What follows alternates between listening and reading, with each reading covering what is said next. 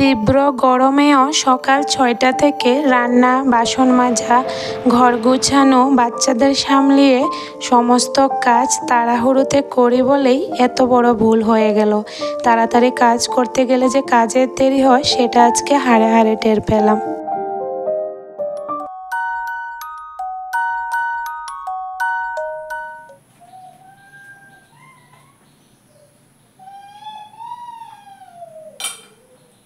রাধে রাধে বন্ধুরা, good morning. কেমন আছো তোমরা সবাই? আশা করি যে যেখানে আছো ভালো আছো, সুস্থ আছো। তো আমরাও খুব ভালো আছি। উঠে গেছি অনেক ভোরে, উঠে গেছি 5টার সময় ঘুম থেকে। উঠে ছেলেকে পড়াতে বসলাম। আজকে ওকে স্কুলে পাঠাবো না, স্কুলে ক্লাস হচ্ছে না। টিচারদের জন্য মানে প্র্যাকটিস হচ্ছে নাচের। তো আজকে আর স্কুলে পাঠাবো না, বাড়িতেই পড়াচ্ছি। তো এখন ছেলেকে টিফিন খাইয়ে দিচ্ছি। এরপর ওই যে মেয়েটা ডাকছে, ও কিন্তু বারান্দাতেই আছে। তারপর ওকে খাওয়াবো, তারপরে দেখি আমি কিছু খাই কিনা, এরপরে অন্য কাজে দেবো। এখন অবধি সব কাজ কিন্তু পরে আছে।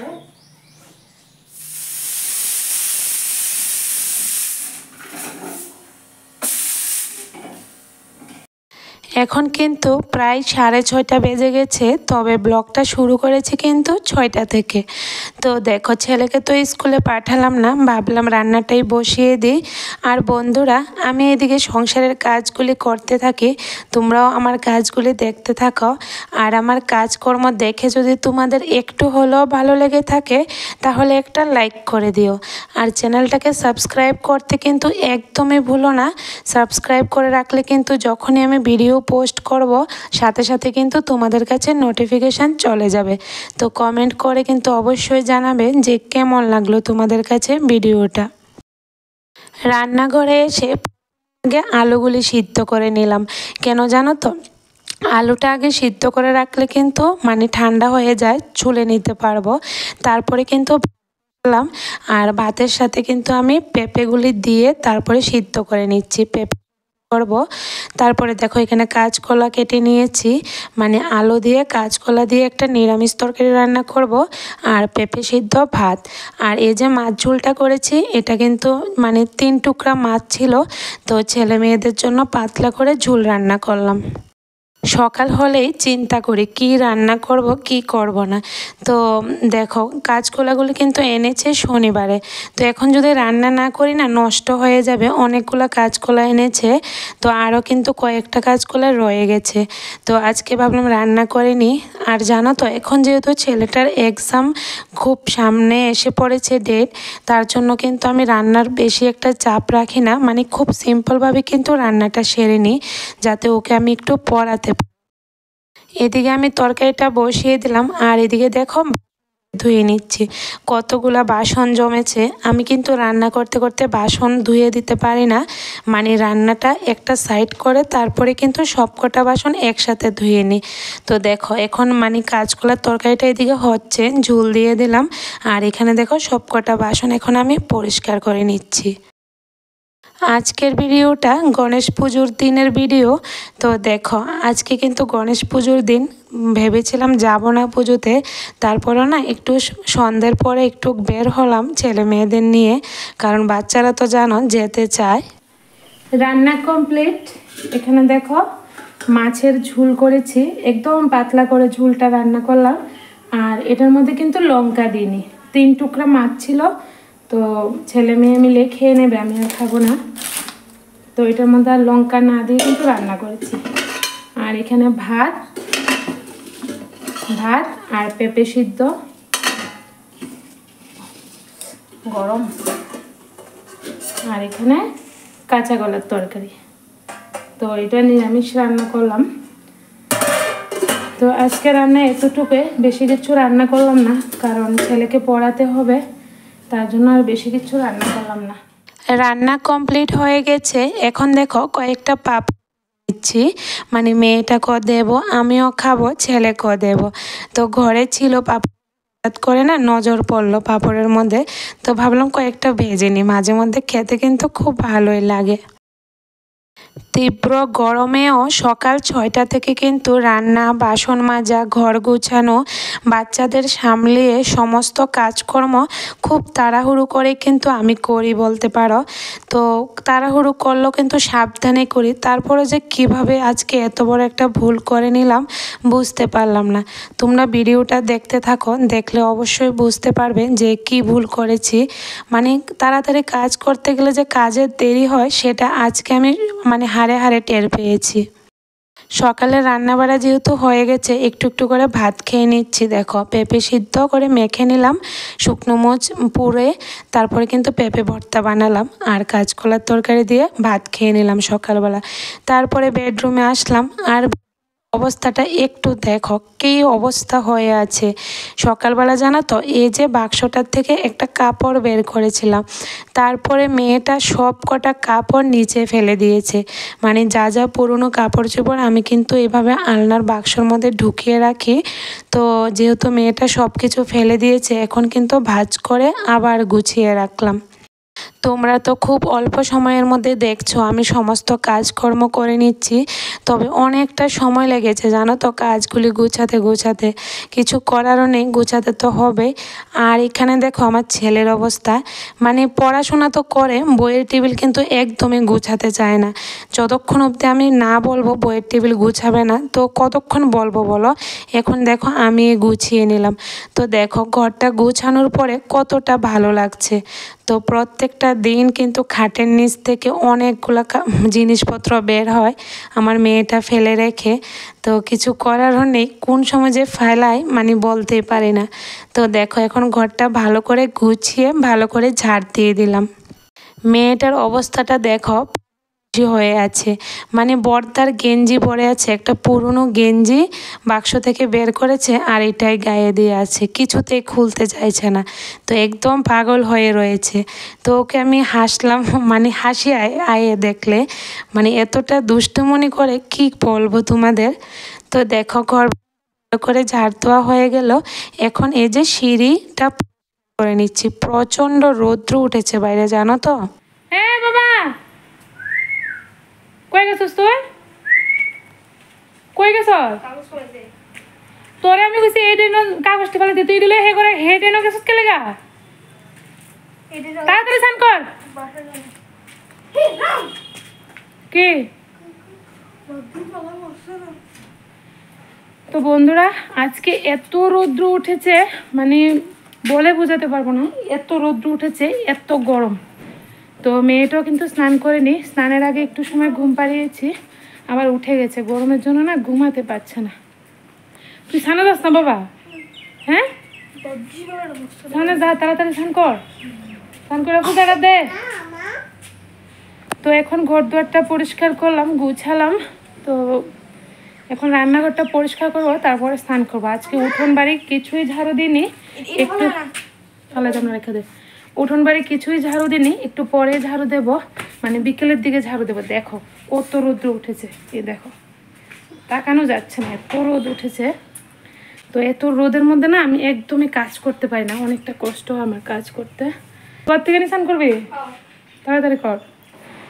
মেয়েটা যেহেতু ঘুমায়নি এখনো, তার জন্য কিন্তু বারান্দাটা মুছতে পারবো না। তো দেখো ঘরটাকে মুছে নিচ্ছি। এত গরম পড়ে, গরমের মধ্যে যদি ঘরটা মুছে না রাখি ভালোও লাগে না, কেমন একটা হয়ে থাকে আঠা আঠা। তো ঘরটা মুছে এখন চলে আসলাম রান্নাঘরটা পরিষ্কার করতে। সকালে তো রান্নাটা সেরে নিয়েছি তাড়াতাড়ি করে, তবে ঘরটা কিন্তু আর পরিষ্কার করা হয়নি। তো যেহেতু বারান্দা মুছছি, রান্নাঘরটাই পরিষ্কার করিনি। কাজ করতে করতে বন্ধুরা একটা কলা খেয়ে নিলাম। তো কিন্তু আমি বিস্কিট খাই, কলা খাই, বা ঘরে যদি অন্য টিফিন থাকে সেটাও কিন্তু খাই। তো আমার মতন এভাবে কাজ করতে করতে খেতে পছন্দ করো জানিও তো। আমার কিন্তু ভীষণ ভালো লাগে, সব থেকে বেশি ভালো লাগে চিপস খেতে। কাজ করতে করতে যদি চিপস থাকে ঘরের মধ্যে, খেতে আমার এতটা ভালো লাগে কি বলবো। গ্যাসের চুলাটা অনেকটা নোংরা হয়ে আছে দেখো। আজকে দেখো ভালো করে স্রাব দিয়ে কিন্তু গ্যাসের চুলাটাকে পরিষ্কার করে নিচ্ছি। কয়েকটা দিন না ভালো করে করা হয়নি, তার জন্য চুলাটা অনেকটা নোংরা হয়ে গেছে। তো দেখো আজকে একদম চকচকা করে পরিষ্কার করে নিলাম। আর এই যে গ্যাসের নিচের জায়গাটাও ভালো করে মর দিয়ে করে নিচ্ছি। সপ্তাহে একবার এভাবে স্রাব বা সাবান দিয়ে পরিষ্কার করে রাখি, তাহলে কিন্তু পুরো সপ্তাহে এত একটা নোংরা পড়ে না। মানে যে কোনো একটা কাপড়ের টুকরো দিয়েও কিন্তু আমরা মুছে নিতে পারি। কাজ করতে করতে একটা কথা শেয়ার করি বন্ধুরা তোমাদের সাথে। এই যে আমি আমার ভিডিওতে ভয়েস দিই, অনেক সময় কিন্তু আমার কথাতে অনেক কিছু ভুল থেকে যায়, মানে কথাটা সঠিকভাবে বলতে পারি না। কি জানো তো, বাড়িতে তো এভাবে কথা বলি না, অন্যরকম ভাষাতে কথা বলি, আর তোমাদের সাথে আরেক রকম ভাষাতে কথা বলি। তার জন্য না মানে অনেকটা অসুবিধা হয়ে যায়। তো অনেক সময় তোমাদের সাথে কথা বলতে গিয়ে কিন্তু অনেক কথা আমি ভুল বলে ফেলি। তোমরা প্লিজ বন্ধুরা একটু ম্যানেজ করে নিও। ফ্রিজ পরিষ্কার করব বলে ফ্রিজটা বন্ধ করলাম, তারপরে খুলে দেখি এতটা নোংরা হয়ে আছে, আজকে আর পরিষ্কার করতে পারবো না, কারণ আজকে সময় নেই হাতে। তো আবার বন্ধ করে রাখলাম, দেখি বাবার পাপা বাড়িতে আসলে তখন না হয় পরিষ্কার করব, ও মেয়েটাকে রাখতে পারবে। তো আর করা হলো না। তো এখন দেখো র্যাকটা গুছিয়ে রান্নাঘরটাকে ভালো করে মুছে নিচ্ছি। রান্নাঘর যদি মোছা না থাকে কিন্তু একদমই ভালো লাগে না। তো আমি কিন্তু প্রত্যেকটা দিন রান্নাঘরটাকে মুছে রাখি, হয়তো তোমাদের সাথে শেয়ার করি না, তবে প্রত্যেক দিন কিন্তু আমি রান্নাঘরটা মুছি। দুকুটে দেখে আচ্ছা ওকে আকরা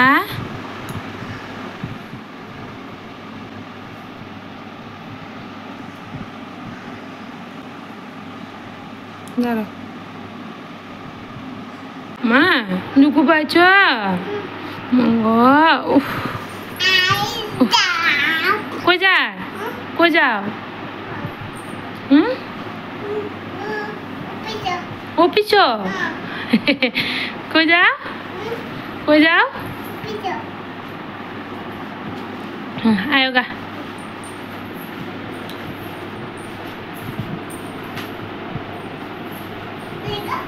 আয় গা। ছেলেটা এদিকে পুজো দিচ্ছে, আর দেখো আমিও স্নান করে এখন চলে আসলাম। তো আজকে মাথাটা ধুয়ে করে নিলাম, এখন এই যে কাপড়গুলি রোদে দিয়ে দিচ্ছি।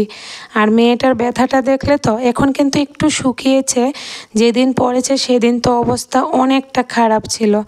তো দেখো সমস্ত কাজকর্ম শেষ করে আস্তে আস্তে আমার অনেকটা পরিশ্রম লেগে গেছে, মানে ঘাড়ে ব্যথা করছে কেন জানি না। তো এখন একটু সময় ফ্যানের নিচে বসলাম, বসে এই যে ক্রিম মেখে নিচ্ছি। মেয়েটা যেহেতু ঘুমাচ্ছে ভাবলাম একটু সময় রেস্ট করি, তবে বেশিক্ষণ সময় পারবো না, ও আবার উঠে যাবে। তো দেখো একটু সময় রেস্ট করে তারপরে কিন্তু চলে আসলাম রান্নাঘরে।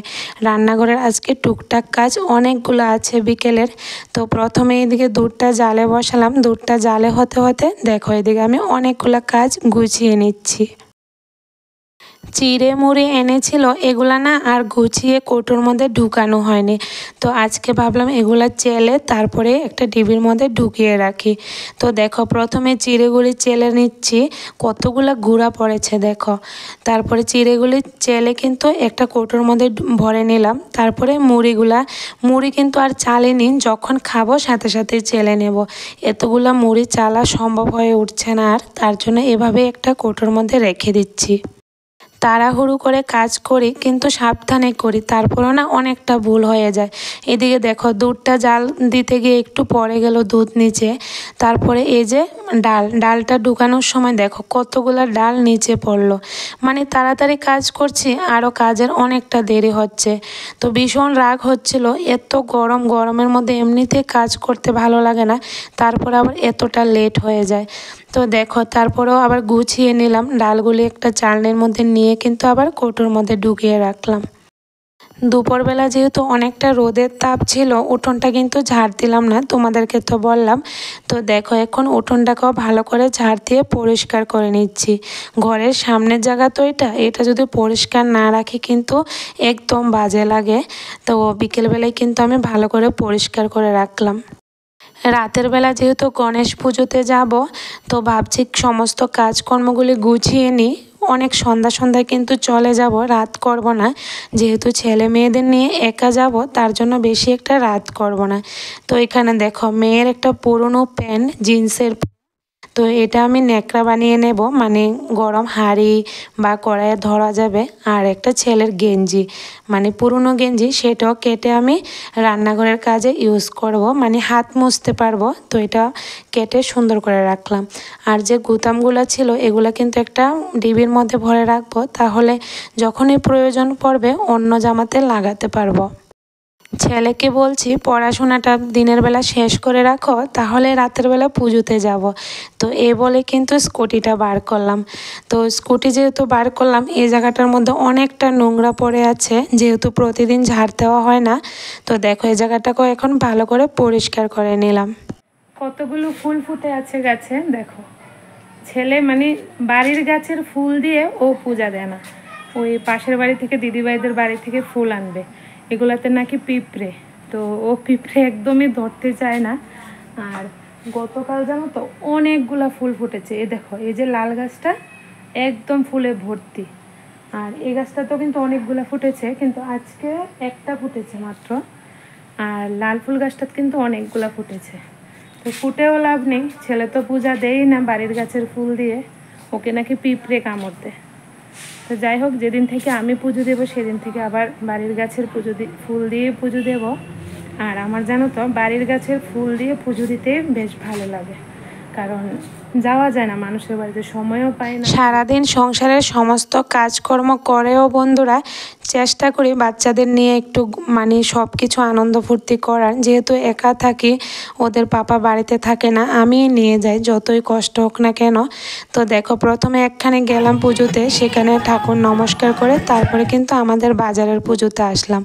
আর এই পুজোটা কিন্তু খুব সুন্দর হয়েছে, বাবাকে দেখতে কতটা সুন্দর লাগছে, খুব সুন্দর করে সাজিয়েছে। আর জানো তো পুজোতে যাওয়া মাত্র কিন্তু প্রসাদ পেয়ে গেলাম, ভাগ্যটা খুব ভালো ছিল। তো প্রসাদ খেয়ে কিছুক্ষণ সময় বসলাম, তারপরে কিন্তু বাড়িতে চলে আসলাম। তো চলো আজকের ভিডিওটা এখানেই শেষ করি। Good night.